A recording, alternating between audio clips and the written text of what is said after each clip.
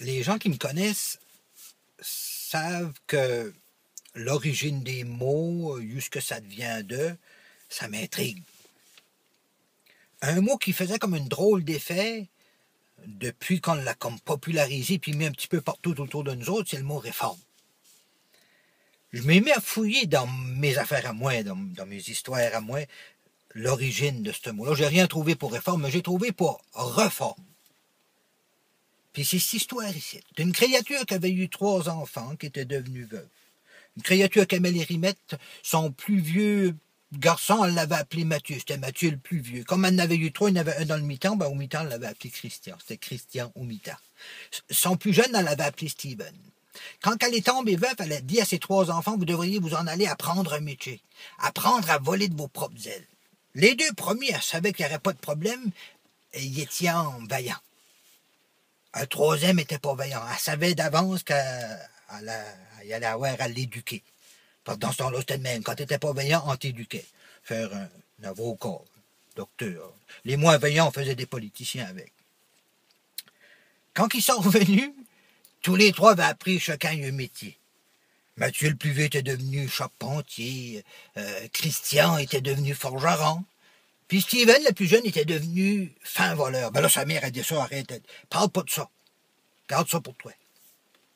Elle a dit, forme-toi avec ça. C'était la mode dans ce temps-là. Puis lui, ben, il en a parlé pareil, comme de raison. Puis là, il a été obligé de discuter de cette affaire-là de nouveau, lui et sa mère. Puis il a dit à sa mère, c'est pas de ma faute, quand même, tu m'as dit de me former. Je n'en parle pareil. Ben, elle a dit, reforme-toi. C'est comme ça que c'est né. Là, ça marchait. Au lieu de se former, il se reformait. Puis il s'est spécialisé dans son métier autant comme les 2 autres. Puis le seigneur a voulu en savoir plus long sur comment ça y allait, le seigneur de l'endroit, parce qu'il y avait un seigneur, un riche seigneur. Elle a été voir la bonne femme pour savoir quoi ses enfants étaient devenus. Elle a dit que Mathieu était devenu charpentier. Il n'avait besoin de Dieu, il l'a engagé de suite. Il a demandé pour Christian, elle a dit qu'il est devenu forgeron. Il n'avait pas beaucoup besoin, mais il l'a engagé pareil. Il connaissait qu'il était envaillant, ces enfants-là.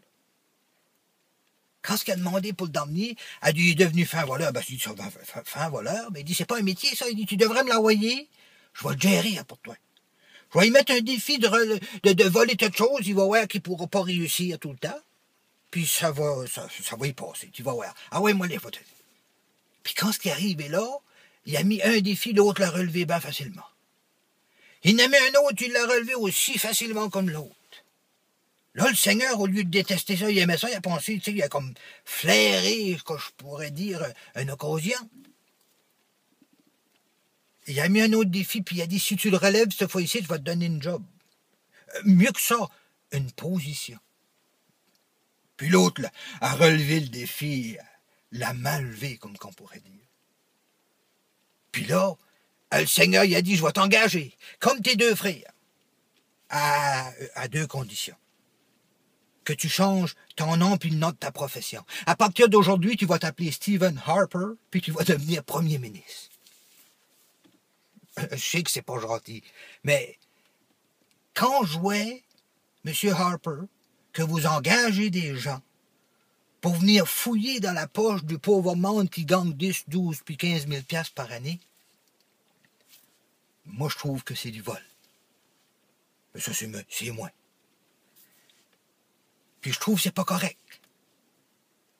Mais la réforme, c'est toi qui l'as faite, puis on sait que t'étais-tu comme un bœuf, tu vas la passer. La seule chose, je vous demanderais de faire quelque chose. Pour le monde à qui ça dérange, cette réforme-là. Vous devriez lui donner votre recette. Votre recette pour dormir le soir. Quelle sorte de remède que vous prenez, parce qu'il y a beaucoup de monde avec ça qui dort mal le soir.